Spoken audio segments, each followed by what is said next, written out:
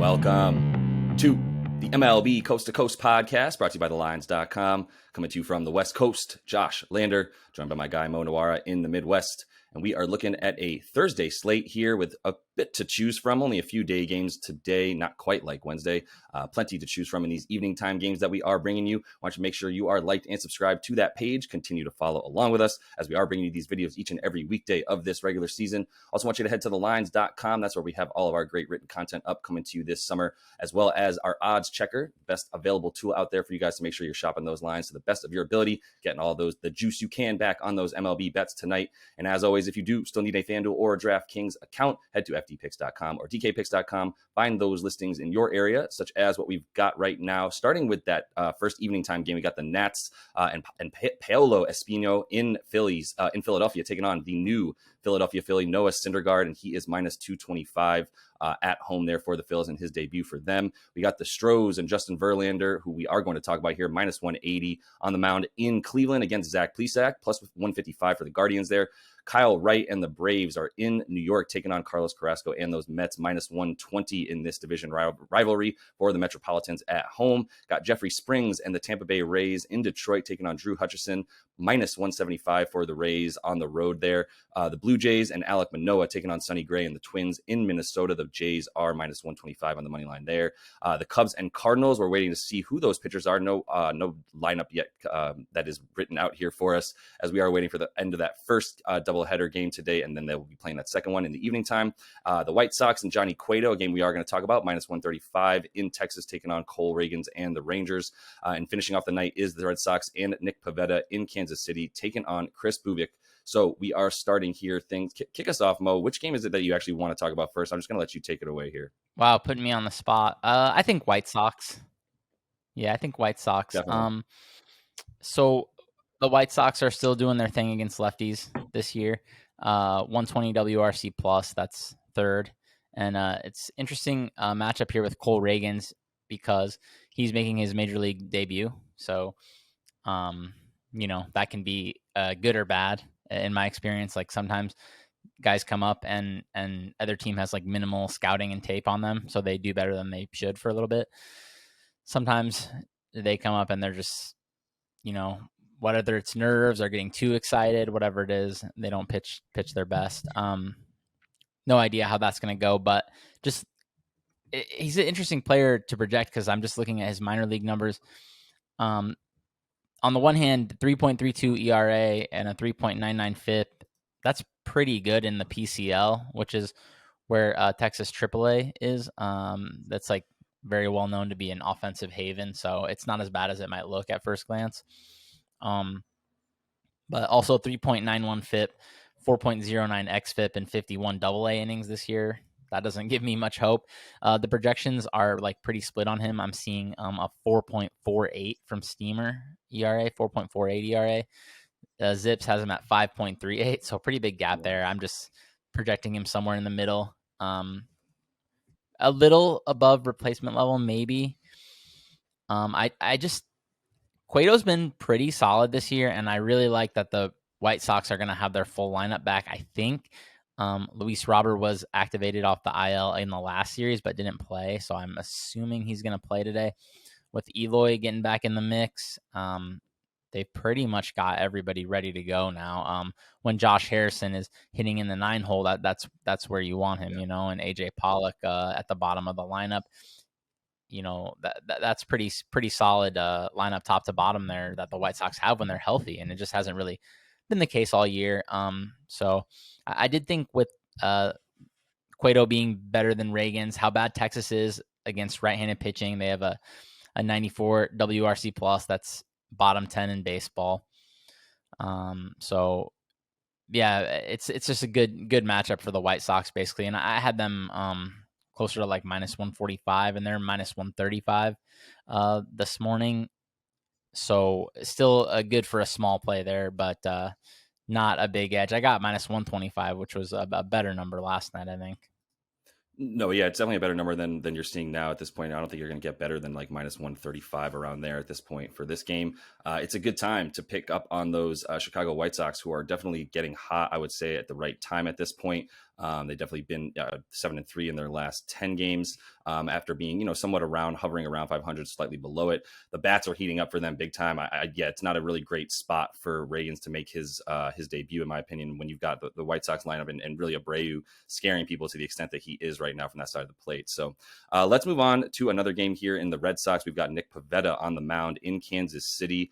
Nick Pivetta, decent season, have been a few struggles here and there, but pitching well enough, taking on pretty much a triple A lineup here in the Royals at this point. So what is it that you're looking for in this one where we've got the Red Sox here as favorites out of minus 135 or so on that money line?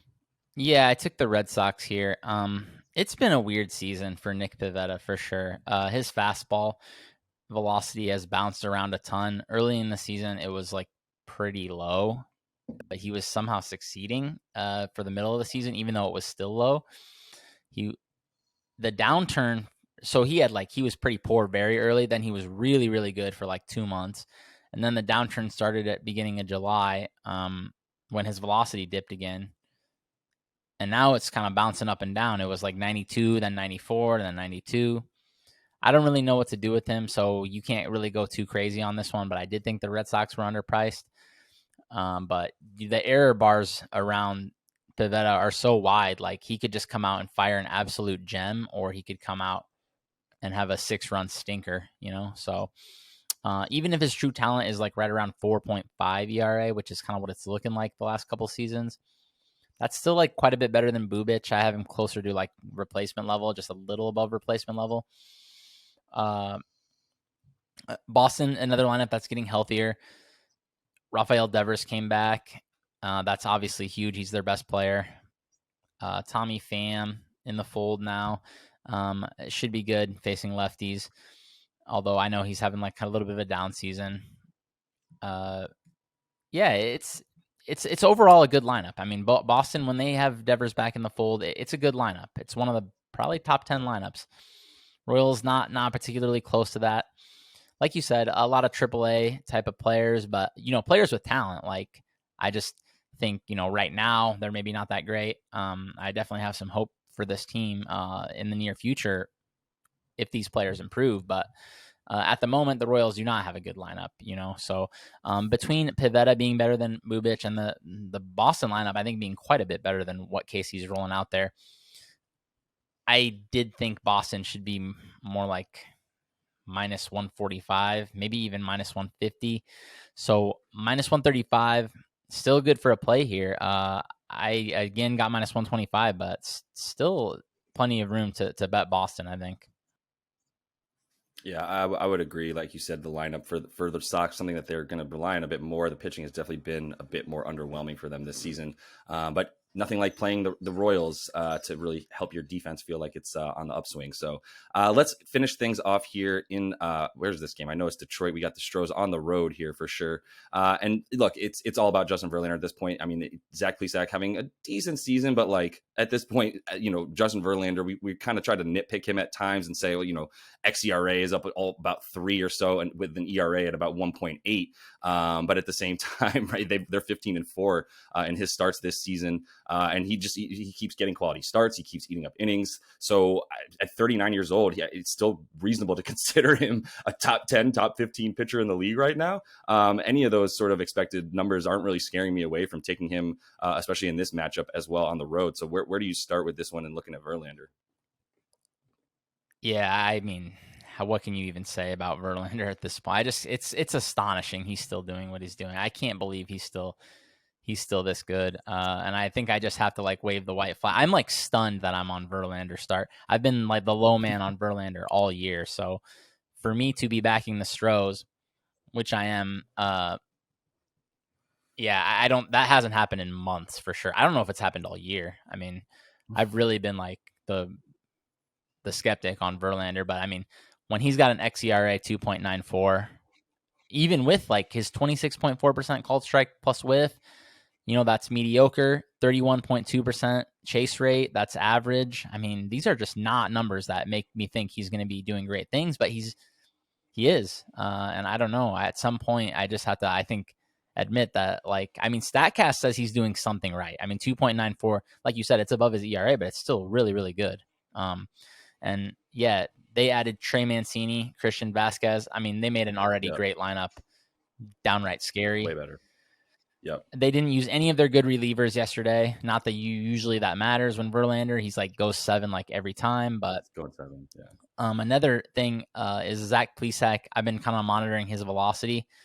It's been it dipped like 3 starts ago, and it's just been staying sub 92. He's been sitting 91.7 the past 3 starts. That's a full tick lower than what he threw last year. It's 2 ticks lower than like the previous seasons before that. Ever since he did lose that velocity, he's got a 6.59 ERA, 5.02 FIP. xFIP's a little better, 4.02, but still, when you kind of are projecting with those other numbers, it's a little scary. His fastball basically has been just getting crushed since he lost that velocity. StatCast says he has an expected batting average of over 400 in 2 of these 3 games where he's been throwing sub 92. And when you don't have a good fastball, man, Houston is not the team you want to face. They're 3rd in baseball against the 4-seamer. So I'm pretty worried for Plesac here. And yeah, I know the Stros are huge favorites, but I honestly thought they should be bigger favorites, closer to, I think I had them minus 195 here. And yeah, that's pretty much, I think, where the market's moved now. So, but I'm still seeing a minus 180 on DraftKings this morning. So that's good for a play for sure. Yeah, that's exactly where it is. I mean, look, I know we don't talk about loving the run line. Minus 1.5 on the road, minus 115 if you want to juice it up a little bit. That, as you mentioned, the acquisitions that have now just made the Houston's lineup downright, terrifying, essentially, at this point, from top to bottom, with really no holes anymore. Mancini already drove in a couple of runs in his first game back. I do feel like there's runs to be had for the Stros in this one. Exactly, Zach, to your point, all of July was just a huge struggle for him. His velocity was way down. All the other numbers went way up. And that's, I think, another bad timing for him to be playing a Houston Astros team that the bats are going right now, and not a team that anybody wants to face. They've had a little bit of a weird second half so far, winning a bunch of games in a row, losing to the Athletics in a series, then winning another series. So it's been a little bit off for them at times, but they're still, top team in the West out there. And definitely a good position for them tonight in this matchup. So that is all the time we have for you guys in this one. Make sure you are liked and subscribed to that page. Continue to follow along with us as we are bringing you these videos each and every weekday of this season. So until we see you next, happy betting.